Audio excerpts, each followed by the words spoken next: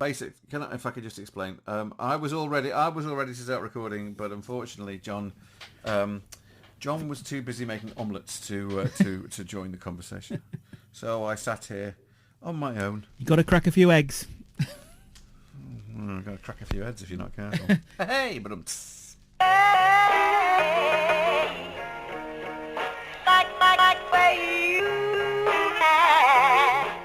Welcome to the Graphters Podcast.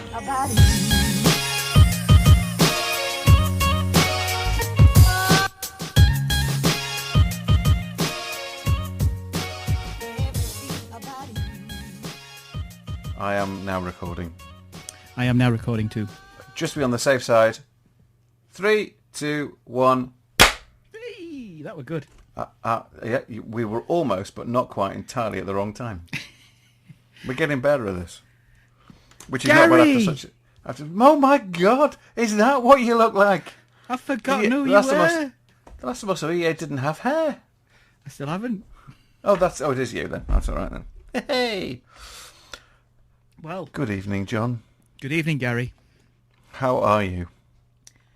I'm well. I'm okay. I'm well. This is good. Now, it's been a bit of a while since we've had a proper chat, hasn't it? It has been a while. It's been a minute, as they say. It's been a hot minute. How's that? So for anybody who's listening to this, we'd like to first of all apologise for the lack of my time, not John's. If I want to make it completely clear, this is not John's fault. I have, since July, been working on a project which has literally, within the last 48 hours, finished. Finito. And I'm starting to, every little moment now in my life now revolves around me thinking, I might need to go to bed very soon because I'm about to pass out. And it's been pretty tight. And I know John's been very busy as well with his job. New job. With his new job, which is not quite so new anymore. How long have you been working for him now? 5 months. Flipping Henry. That's it. It's probably the same time period that I've been working on this flipping job, isn't it? Literally, yeah. I think it all started with that job. It all started with that job. It did. One job that would not go away. It's been so long, I'm actually triple jabbed. Do you know what? I've had 4 jabs since the last time I saw you. Oh dear. I probably had more than that, actually, if we're talking about actually physically seeing you. Yes. But I've had my booster. Yes. And I have a flu jab on the same day at the same time. How did that make you feel? Oh. Apologies to the young people out there. This is an old thing. What, the flu? Oh, you mean how do you feel having the flu jab? That's fine. I mean, the point of it was, I'm not a big fan of needles, but I'm finding them a lot easier to deal with, just because of the amount of the high regularity of having needles jabbed in your arms now. Older they get, the more they want to jab you. Yeah, I sat down and they jabbed me straight across the face. One with the left, next with the right, uppercut, cross. I'm left-handed, so I use a tablet and mouse with my left hand. So I said, could you please put the booster in my right arm, please? Because I know it makes your arm hurt. And I'd rather not have a pain in the hand that I'm picking up my mouse with, moving mouse with and picking up a tablet pen with. And in all honesty, they gave me the flu jab on the left arm. The flu jab's been absolutely fine. I can't even tell I had a needle in there. I could barely feel the needle go in. I didn't feel the needle go in at all from the COVID one. Not COVID, sorry. The Pfizer. But by heck, I tell you what, can't lift my arm completely all the way up yet. So mine's hurting. I had mine yesterday, and mine is a little sore today. Yes. So tons of stuff's happened in the world. Obviously, pandemic's still ongoing. That's all right. I think it's going to be in a reducing and increasing level for the rest of eternity. So it's interesting. I had a conversation today. I was at a college site, and we were having a conversation about robots and automation and AI. And I recently watched the Elon Musk interview of "I told you so" and "It's too late. We've passed the threshold." But after that Slaughterbots thing that just came out. Yeah. Did you see that? I didn't see that, but I saw the Musk interview. So Yeah. And we were talking about we were just talking about lots of things in general, and I don't know if it was me or one of the people that were talking around the table just said, I wonder if the robots in the laboratories decided that the humans were no longer viable, and we've got this little protein-based virus. Let's just release it on them and give them something to worry about while we rally the troops.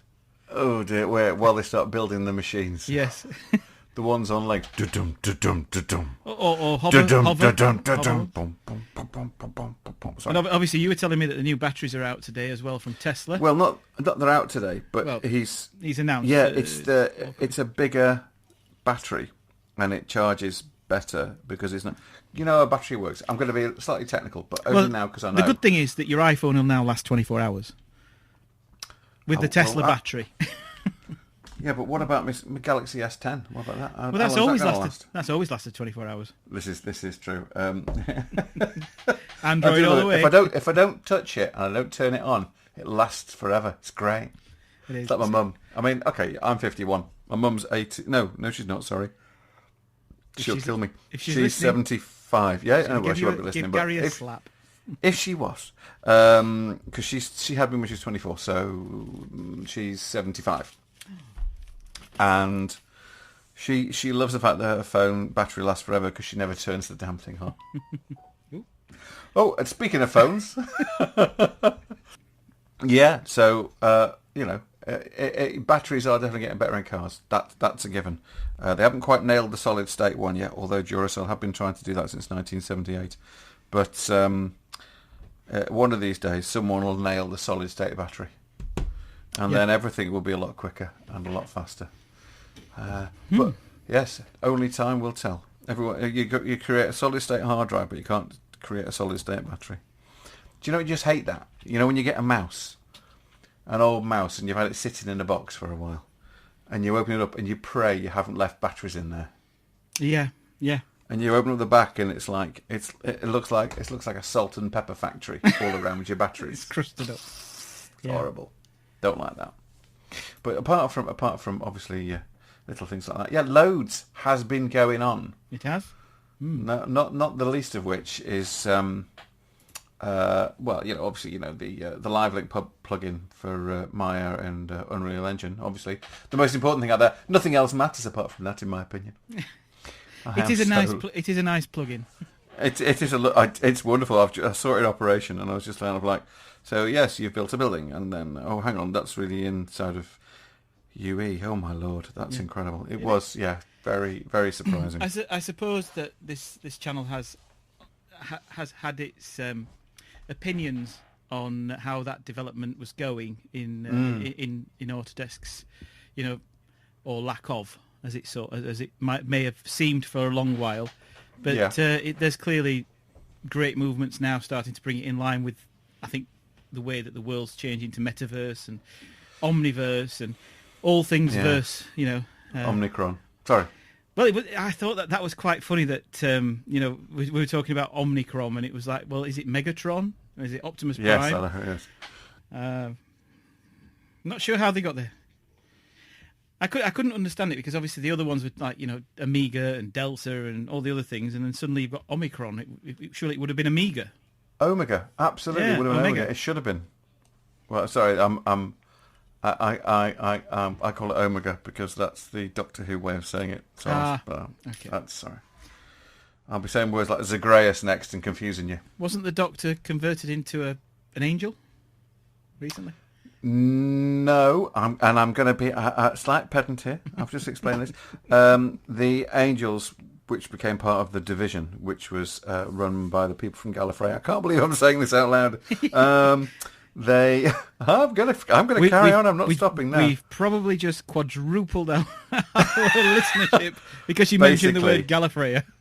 I don't Gallifreyan and got people from Gallifrey. Basically,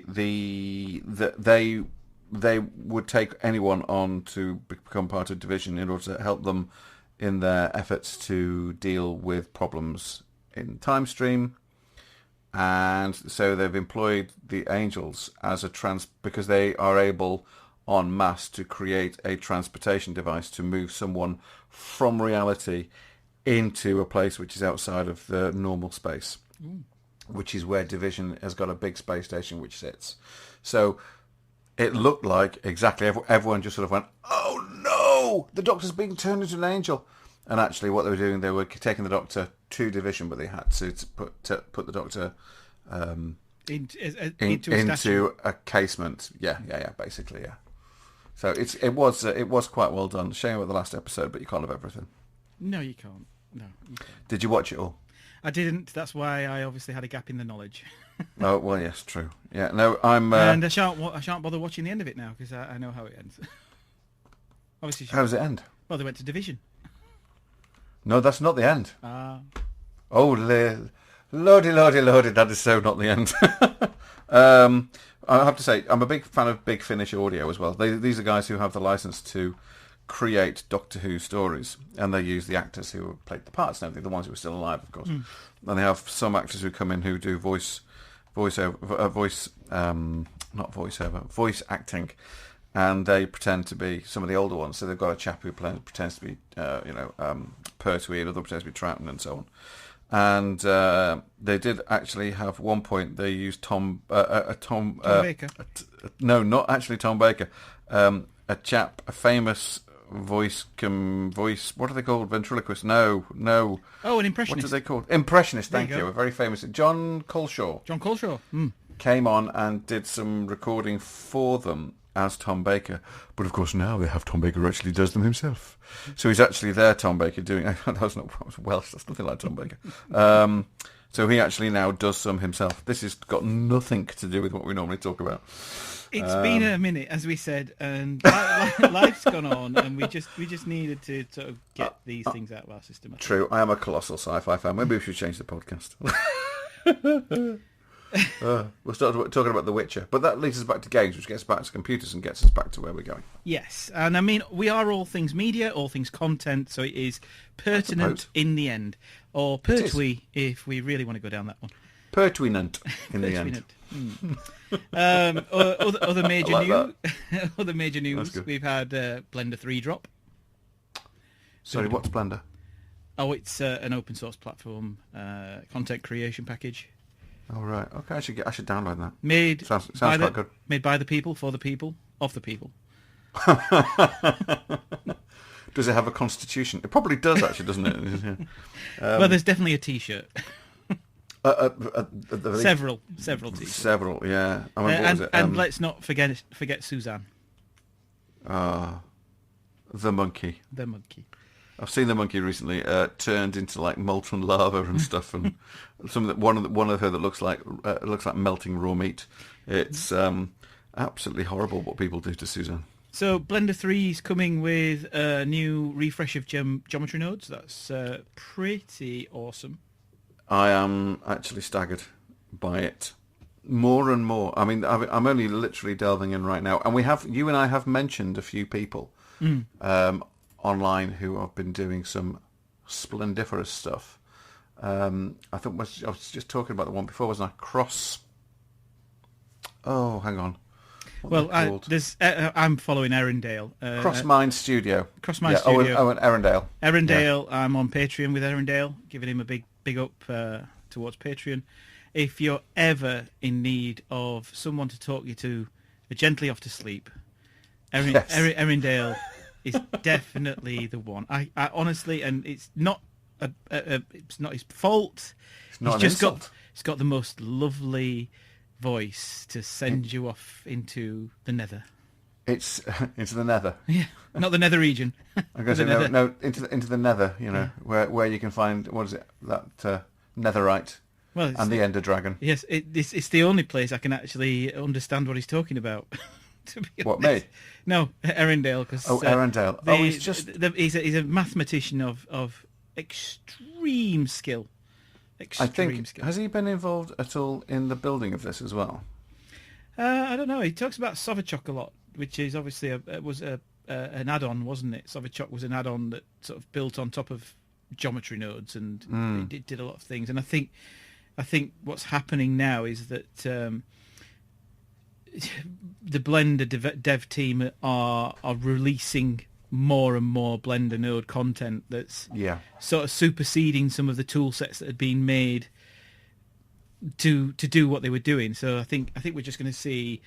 Geometry nodes essentially is the Houdini bit of Blender.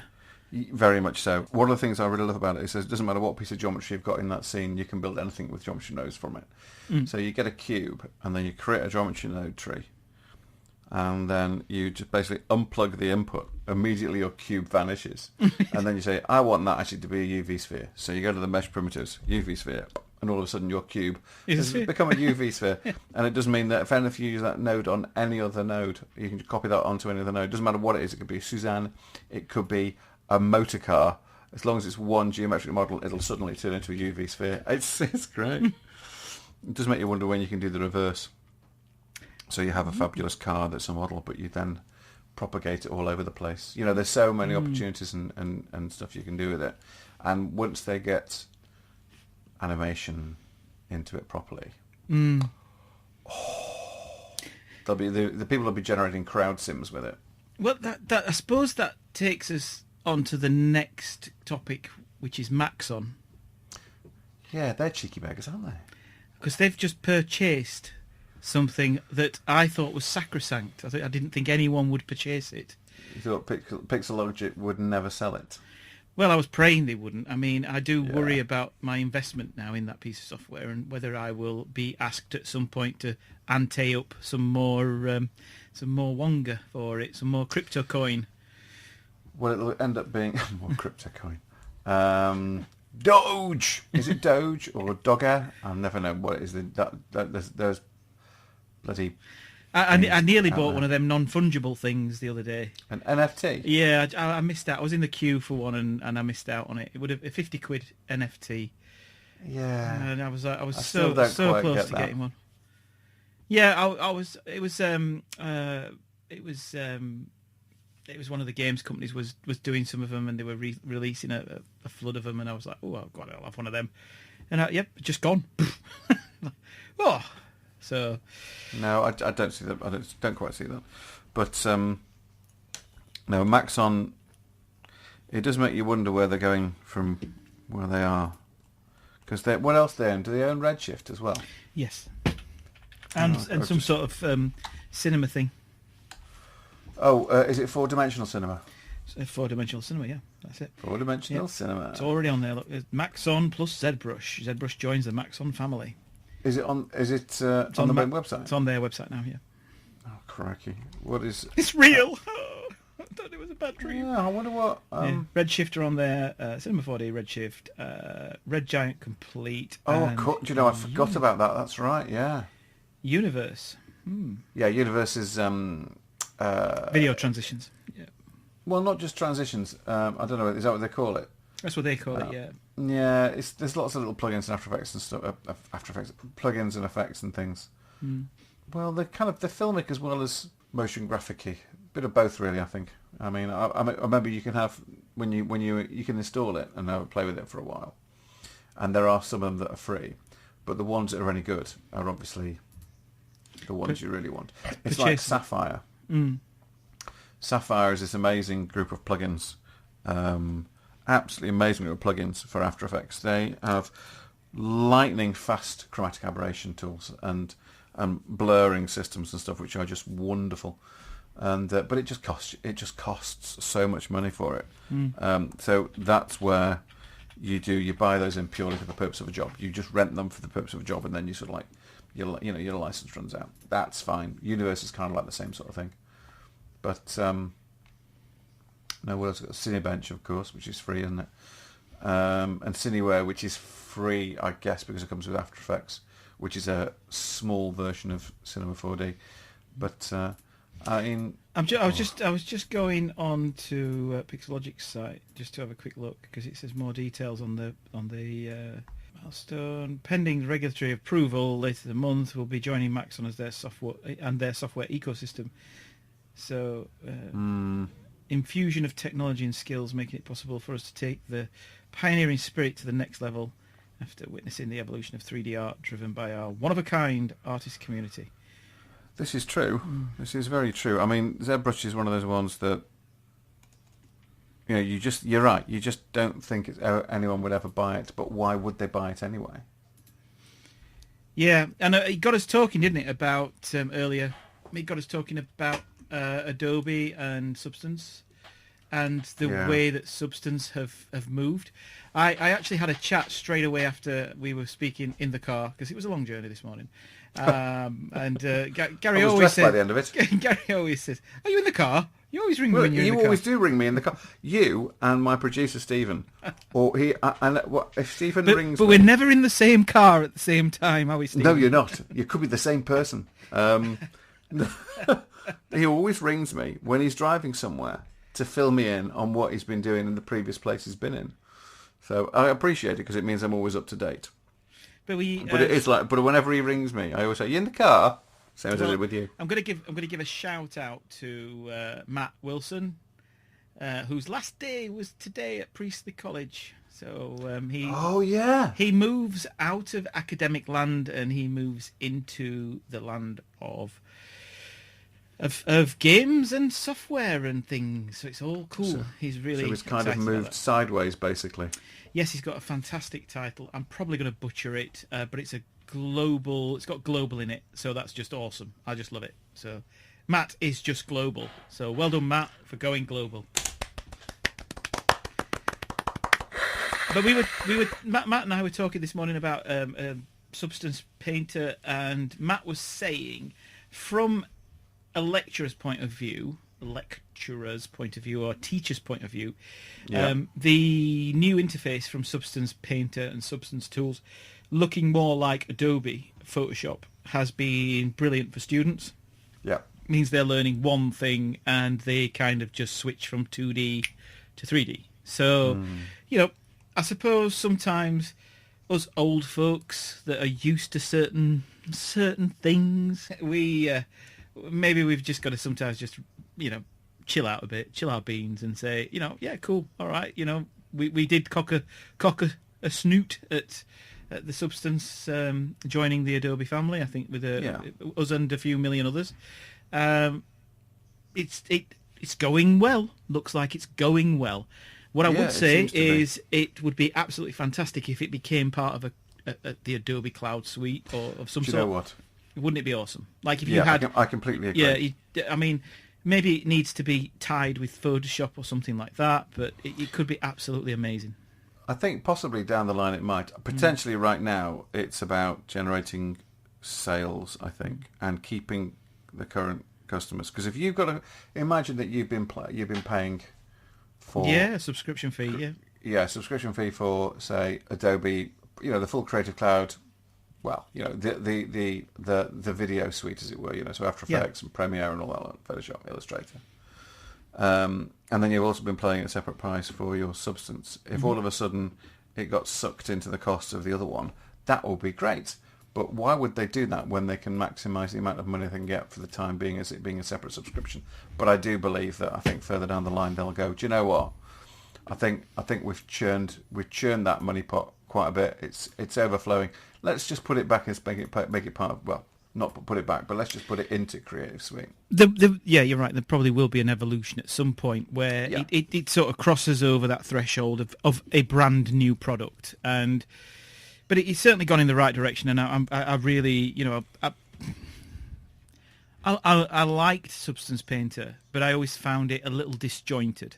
And it seems now to be extremely slick. It's got the Adobe sort of polish over the top, so they've definitely done some good work together, some good collaboration work. So well done, guys. I still haven't used it. It's good. That's because you're always in a graph, mate. You're always in the graph. Who is me? You are, yeah. You're always in the graph. Well, no, it's just I've always been. I got into the habit of, and it's not necessarily a great habit, but I got into the habit. Oh, the truth's coming out now. Of doing as much as I can procedurally, because nobody likes to go back and rebuild things. That's what it is. No.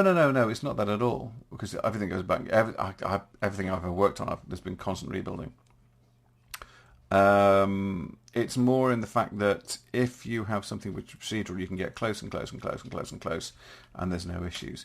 And unless it is a particular item like an aircraft or a jet or a car or even a generator, that's a specific shape that's got a position, specific design, and does need to have proper texturing upon it. If I'm creating, for example, just off the top of my head, a plastic oil container, a branded plastic oil container, which has a great big logo on the front. Mm-hmm. The best thing I've got there is I will do a little bit of paint, which will be the shape of the label, so I can get a tiny bit of lift in terms of bump. And the rest of it will be essentially a procedural bump. So I won't so much have an actual texture. I will generate a mask, which is for the label, and the rest will all be like a really tight sort of Brownian kind of like thing, because that's only what you get on a plastic container of that sort of size or that sort of scale. But no, I completely agree. And most of the work I've been doing, particularly the last 6 months, not a jot of it has required a single texture map, apart from a label on a pack. The rest of the job has all been procedural. So I don't often get a chance to use Substance or anything like that, which is why I haven't used Substance at all. I think I've opened it probably once, but I've never. But I remember where I'm working, we've actually finally taken on some junior staff, which, can I say, is one of the best things I think our company has ever done. That is awesome. Actually taken on. They're growing the number of staff, and they're putting bums on seats, and it's great, and they're really good, and I think it surprised them all. I don't know whether there was any, because when there was no need to grow, it was a matter of just getting in freelancers, and now there's been a need to grow because we've had so much more work coming through the door, which is wonderful. Not going to complain about that. I'm seeing fresh blood come in and doing stuff with Maya that I didn't know you could do. Little simple things like, just I was saying before, just 3 buttons on a shortcut bar. What are you pressing those for? Oh, it's delete history, freeze transformations, and center the pivot. Ironically, that is something that a tutor would probably have taught them to do as well. Exactly. Which is not a bad thing. No, it's not a bad thing. That's not. But if you ask them where they are in the menus, they also know where they are in the menus. Which is the good thing. Yeah. Yes, exactly. And the shortcut, and everyone knows it in my. You press the space bar, you hold it down, everything comes up. You know what you're doing. I do. Even though my first love is Blender, as most people do know, I have found profound love for Maya, although I have to say there was one thing on this job that it was absolutely no help with whatsoever. Rendering. And the only software that I could actually do what I needed to do in was in fact Blender, which is but it's fine. It just means I'm using, multiple packages and learning more stuff all the time. That's pipeline, isn't it? I mean, yes. That's workflow and pipeline, and yeah. That's the solutions. We were talking about that earlier as well with, with what do we need to be teaching in the classroom, or scratch that. What do lecturers need to be focusing on? And it's the solution-driven pipeline, solution-driven workflow, so that it's not one piece of software that just does everything for you. It's the fact that there is going to be a time when your beloved package is going to let you down, and you need to have you need to have, I suppose, the gumption to not keep hammering the square peg into the round hole and looking for a round peg. Absolutely. On this job that I've done, normally in the office we will have just Maya. It's the only 3D package. But myself and another member of staff have been banging on about how good it is to use Blender, not as the main... And things like side effects and, RenderMan, there's all sorts of packages out there that just fix the problems. But I mean, on this particular job, to do all of the modelling work and the animation work, we had Maya, we had some Blender, and we had quite a bit of Cinema 4D. So we actually had 3 packages on the go, and all the Cinema 4D stuff was being done by a friend of mine called... In fact, I must try and get Jim on this. But, I mean, USD, that's what it's there for. Yes. Exactly. It's exactly what it's there for, and it's the metaverse. It's the Internet of Things. It's everything is accessible as an asset, and I love that. It's fantastic, and and it is broader than I think any of us give it credit for. I'm slightly conscious of time. I'm certainly conscious. No. The We're fine for a bit longer. We're fine for a bit longer. I'm gonna give I want to give a shout out today to. We've all been gorging on content, haven't we? I mean, we've been going through box sets and everything else. I have discovered an absolute gem of a series on Netflix. It's Arcane. Oh right, yes. Yep, it's an animated series, and it's made by the studio in France. I think it's Fortiche. Yes, they use Maya. And it is some of the most expressive animation I think I've ever seen in a TV format. What episode are you on? About 9. Okay, I'm on 6. Yeah, I think. I'm not gonna give anything away. You don't have to. It's one of these where I can only watch one episode and then I have to go away and I have to think through what's going on, and also the amount of work that was put into that episode, because there are just some phenomenal backdrops and sets, and obviously you and I both know the techniques that's probably been used to create some of that stuff, but it's still mesmerizing and totally. It is. Yeah, I found myself on the 4K television, getting as close as I can to look at the texture formats that they were putting across the models. It's so good. Well done, guys. Well done. What an amazing team. Well done. I completely agree. It is fabulous. And Netflix, if you're listening, please make sure there is a season 2. I think there will be. Even though, mind you, I've during this period of indulgence in terms of watching on the television, I've been watching the irregulars, and I'm absolutely flipping loving this. And they canned it. So there will be no season 2. I've been watching one by one. I got a bit worried actually about 2 months ago that we'd maybe lost the airing of it on YouTube, but it's back. It's back. One by one. Yes, the series by Gen VFX. I thought, what's he talking about? It's mine. Listen, I've been trying to get them out. I'll be honest, there was a touch and go on one. One of the most recent ones. I think you answered the phone to me one day and went, "I'm doing an edit. Leave me alone." Probably.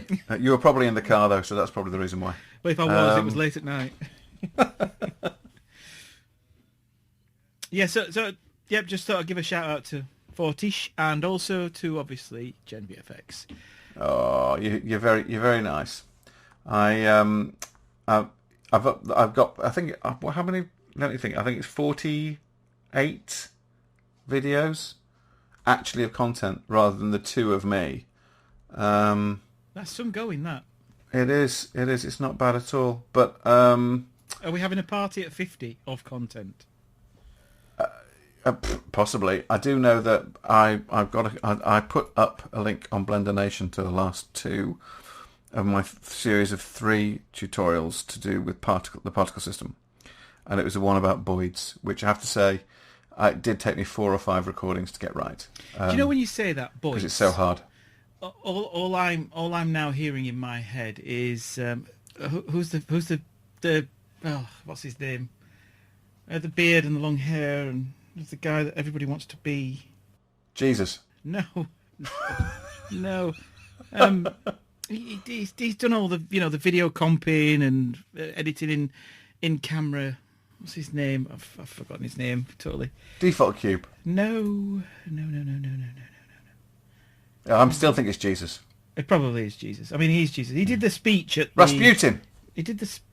Stop talking now. Ian Hubert. That's it. Ian Hubert. Hubert says "boys" in the best way possible. Boys. Yeah. When he does the moths around the lamp, and he did those short 1 minute videos, and it was like, and we do this, and it's a Boyd, and do that Boyd, and it's Boyd. Yeah, it is. They're very difficult to deal with. It's a very tweaky, quirky little AI system. But it is good, but it's just hard to get it to work properly. But so I put up the thing on Blender Nation, and I had I had 720 subscribers, and that was 2 days ago. I now have 813. Awesome. So yeah, if I can just get a couple more out before Christmas, which is my intention. Let's see if we can get Gary to 1,000. Oh shush! Wouldn't it be nice? I'm gonna have to edit this and release this tomorrow in order for that to happen. So let's try and do that. I'll actually try and do that. I will edit it tomorrow. Yeah, well, let's not waffle on too long because we've already got so many minutes in the bag. We have. But can I just say, in the roundup of the year, if there was any roundup of the year, John, what would you say has been for you the high point of your year, personally, or even whether it's in relation to CG or whether it's just in relation to work or whatever? What has been your high point? I don't want your low point. I know what that one is, but I want the high point. My high point is also my low point, because my high point was getting headhunted to go and work for a technology company and be given a remit of getting involved with education to create solutions. That's been my high point, and I'm still riding that wave upwards. I mean, it's still going upwards, and we're 5 months in, and we've got some serious conversations going on with education providers where we're talking about classrooms of the future. We're talking about eliminating digital poverty for creative students, creative and digital students that, some students just cannot afford to run rigs that can power the software, that can do the productions. And the company that I'm working for, Escape Technology, are being very, very progressive with that, and it's been brilliant. We're working with grads in games. It's been an absolute, it is just like waking up every morning with a smile on my face. However, to join that company, I had to leave a team of people who I, in some respect, handpicked to work with, and I've met one of them today, and she still says they talk about me in, if John was here, but also it's John's fault because I'm not there anymore, and there is that feeling of regret that you've left a team of friends. That's they are friends, and I don't see them every day as I used to see them.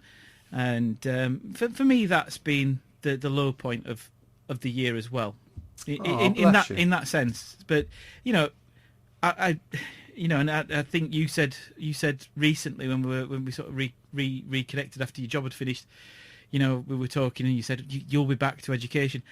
I don't honestly think I will, and I think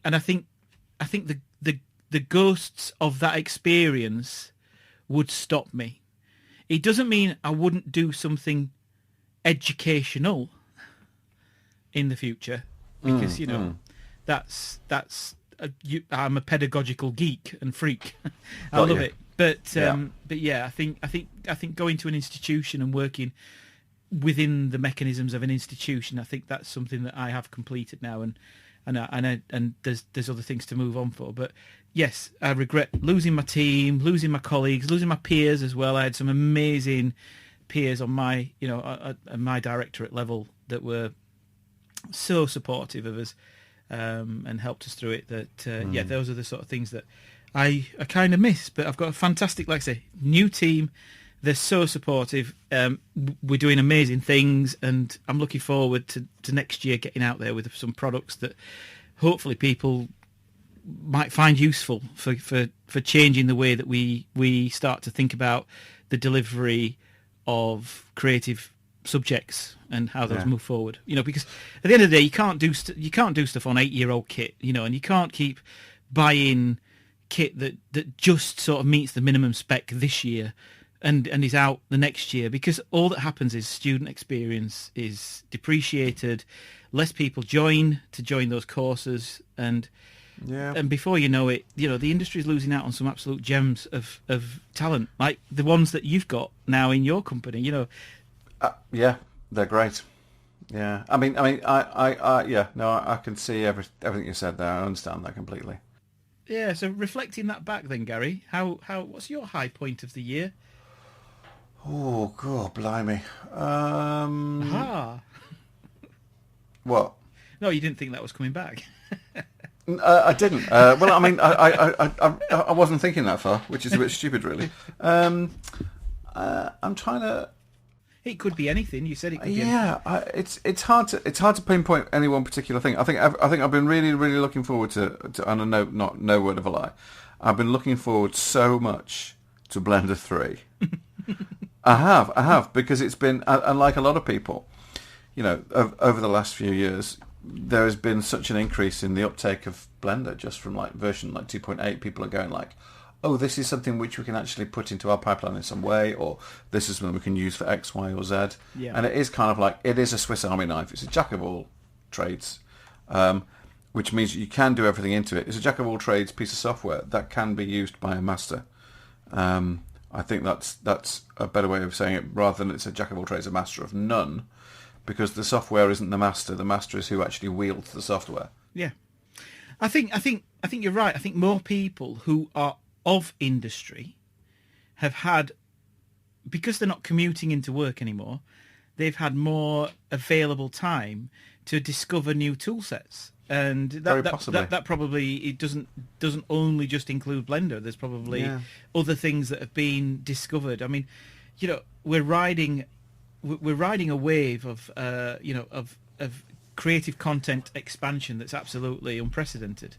Absolutely, yes. You know, and I think it's just phenomenal that that our industry has evolved into that format.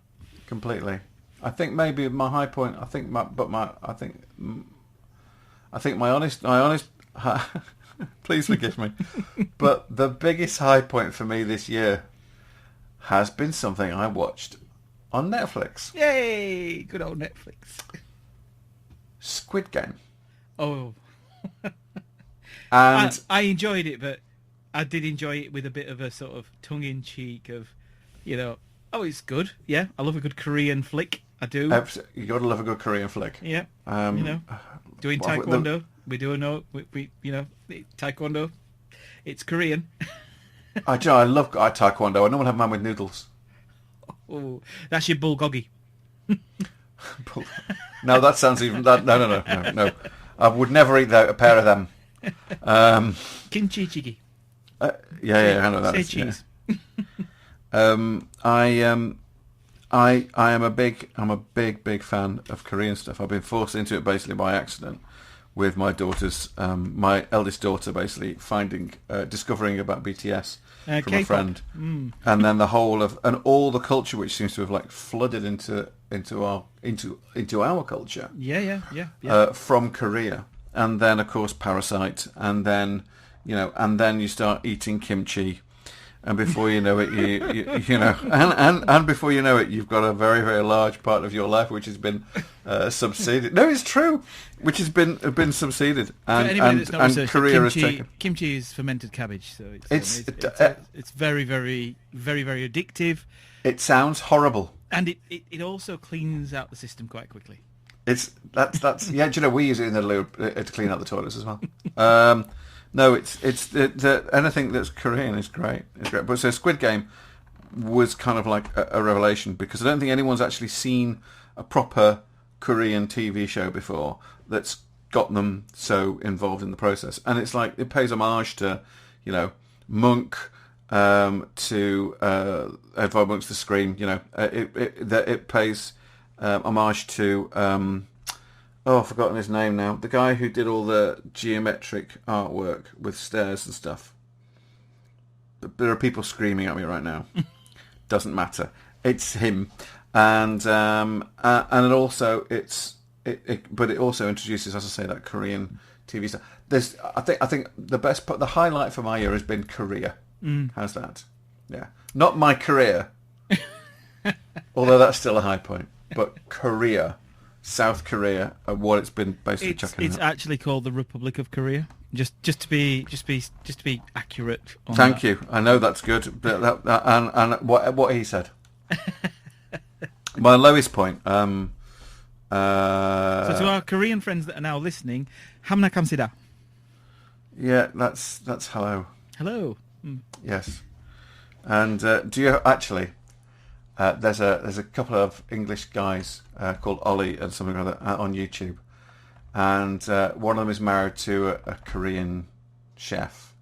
Okay. And they both speak fluent Korean, and they take people out to Korea, and they make people in the UK eat Korean food, and they just opened a Korean toast shop in London. And I'm a big... Anyone who knows me knows that I love toast more than anything. And I do. In fact, I actually said on the morning after my first night of my stag do, when I was recovering from the first night, I remember sitting in the room in the hotel I was staying in and saying, I love Alex 10, but I love toast 11. But toast is essentially, it's kimchi and cabbage and cheese and hams, and so they're toasted sandwiches, but they're made with sweet Korean bread. And so they opened this little shop, and they've been making them, and they've got all these people who've been on their show before who've come in, and they're eating toast in London, and everyone's going, "Oh my god, this is amazing! All I need now is a particular drink." And then Ollie runs over with them because they've got them in the cold shelf, and the guy goes, "Oh, you're a god!" It's just. Their shows are fantastic, and that's YouTube again, and I think YouTube's done a lot of good stuff. But my low point actually is only literally just happened just recently, and it's purely when we went back into the office.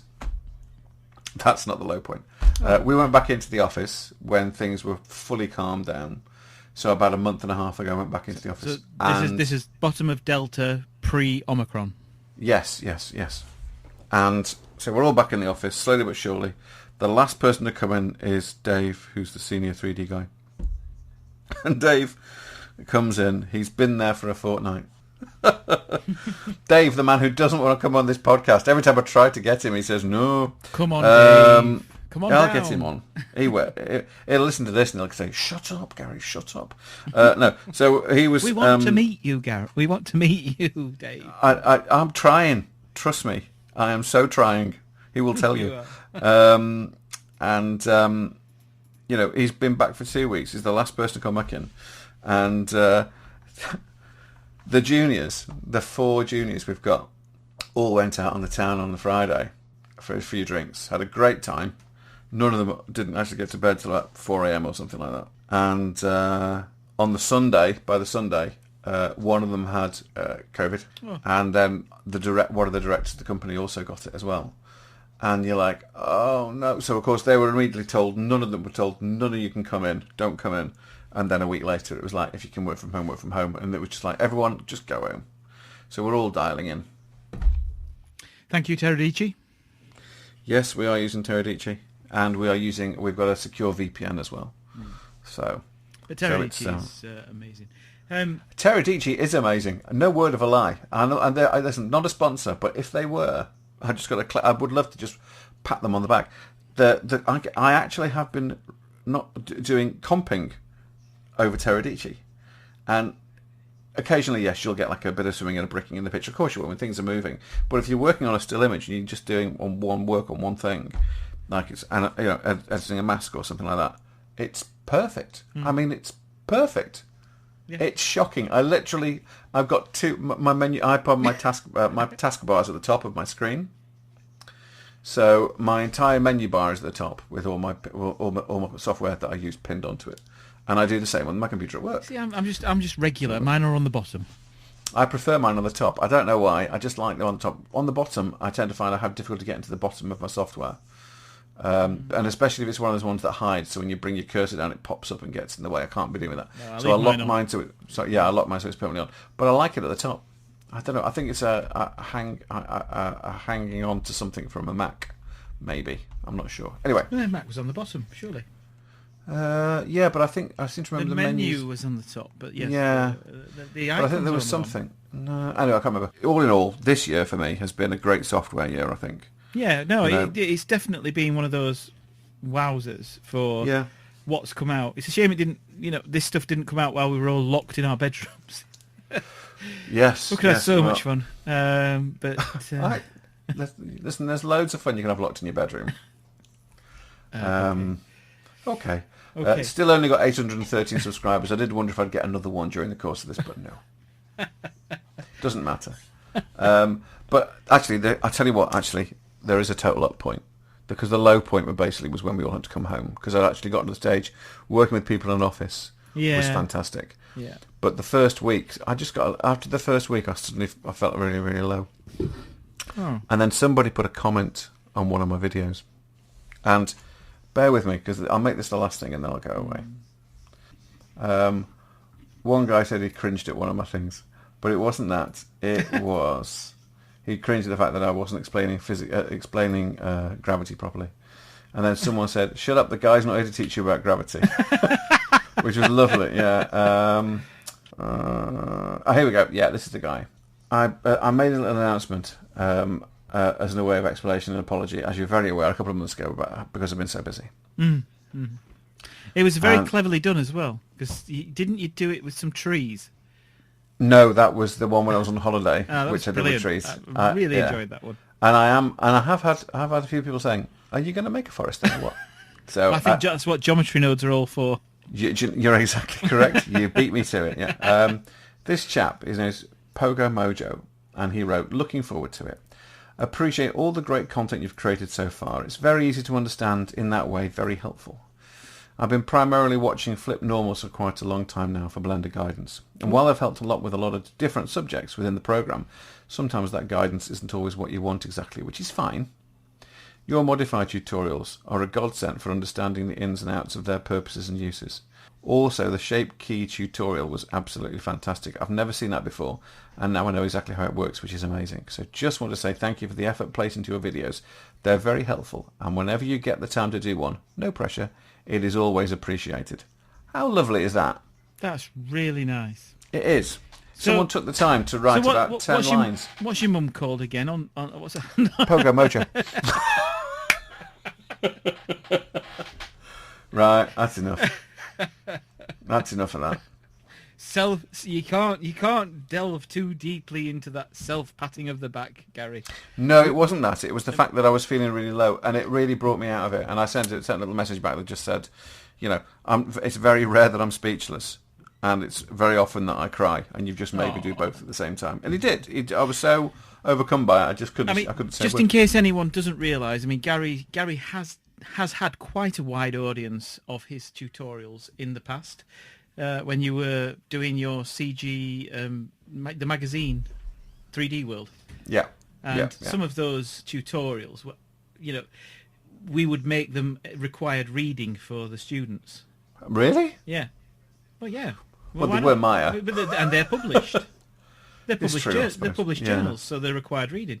So, anything, and this is what we always explained, anything that was a current process that's been shown to you should be something that is tried out, reconfigured, and see if it fits into your pipeline. If it doesn't, discard it, or don't use it, but don't discard it, because you never know when you'll need something like that. No. Like you've said, those 3 buttons that you discovered with the interns. That's so true. Well, Adam just went top, and up. What are you doing? That's brilliant. Why have I not known they're there? I would say, why isn't he using one button? Because he'd have to program it, and I don't think that's quite. He's not quite there yet. But that's you see what I'm saying? Yeah, I do. In fact, he should just do one button. Get a bit of Python in your son. Well, little mail script, run it through. And the thing is, without jumping too far down that hole of explaining all the minutiae of it, but what we're saying is, if you are, if you are getting used to using buttons that are just drag and drop onto the mel bar, onto the bars, learn a bit about Python and script your own processes, because what will happen is your workflow will, at the moment you're doing click click click, you could just do click, and then eventually it could just be gesture, and what? Yeah. So there's every single second you take off of your workflow is time spent creating new stuff. So no, completely. And that's the big thing for me this year, is that I've just found so many ways to do things quicker again, And I'm just so pleased. I'm so pleased even now to be working in this industry. I really am. It's an absolute honour, I think. You know, it's a pleasure, obviously, but it's an honour to be involved in some of the projects that I've been working on. Even this one, I've just finished this one that's been, you know, a real backbreaker. It's beautiful. I'm not saying that I've not created high art, but there's one or two shots you look at it and you go, do you know, actually, I really like that. It's been hell to get there. Is there any releasable non-fungibles? No, but and I still think to myself, I've got a friend who's been doing them, and he's been using some of his models that he's had for a while, but he's, you know, been making them into something a bit more. Well, actually, they feel very 80s, actually. But do you know what? Just speaking about that, I found a disc with my old work on. What, a floppy? Well, a CD. Ooh. So I am gonna boot it up and see if I can drop some of it into Blender to, you know, have a revisit and a rehash. What, you're going to re-edit it in the NLE? Well, we'll see what happens. Yeah, we'll see what That'll happens. be interesting. I tell you what we should do, actually. Well, what we should do is we should start that bloody animation of yours. That's what we should do. Oh, here we go. I just don't think anyone's that interested. I am. Well, I know you are. And now I've seen Arcane, I kind of think, yes, that's the way it could be. Do you know what's interesting about Arcane? The texturing and the way it's been done. I thought that's what you wanted. Well, it wasn't, no, but it's not that far off. But what I like about it is the pastel. There's a pastel feel to it. But the best thing about it is there is no the way they've lit it. It's fast rendering. You can see, can't you? Yeah. It doesn't take long to render those. No. Because there's no. I mean, there's probably one reflective surface in the entire thing. It's just and churned you've got out. no refraction, and it's just animation. It's just someone's actually sat there and animated it beautifully. I could just imagine Eevee on a 3090 card just going, brrrp, all done. Thank you very much. Yeah, pretty much. Actually, yeah. No, I completely agree. Or Unreal, just doing it in real time. Oh, Unreal 5. We must do. That's the next topic. We'll do a bit of research on it. Unreal 5, metahumans, and all the bits. I might need to put a bit of room on my machine first before I can put it on. I've got it running. It's, of course you have. It's good. Yep. Right. Let's call it a day. 1 hour. Amazing. Which will be cut down to about 40 minutes.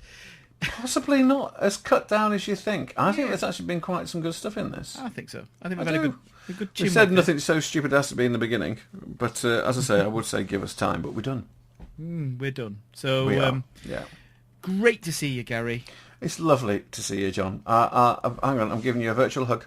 Oh, I'm feeling the love. Oh, my arm's around your back. Oh, I can't lift my arm because it's been jabbed. Tickling you. Yes, well, that's the thing. I can get mine up in the air now. I'll tell you what. One arm. Yeah. Hey. Right. Okay.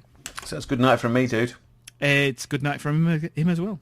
Oh, you almost forgot that, didn't you? I did. Yeah, you wrote, try again. It's good night from him. And it's a good night from him as well. Night, John. Night, mate. Take care. Bye, everyone.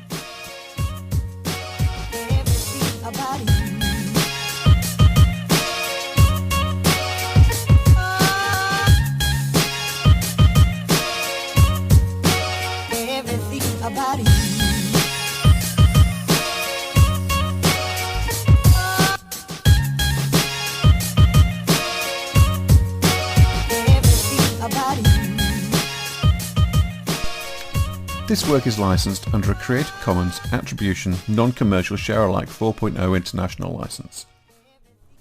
Any opinions stated during the course of this podcast belong purely to myself and to John and are based at the time that we record this.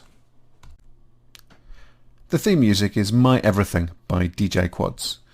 If you like that, and I'm sure you probably did, there is a lot more of his great stuff which you can find at soundcloud.com/DJ Quads, or his music is also promoted by www.free-stock-music.com.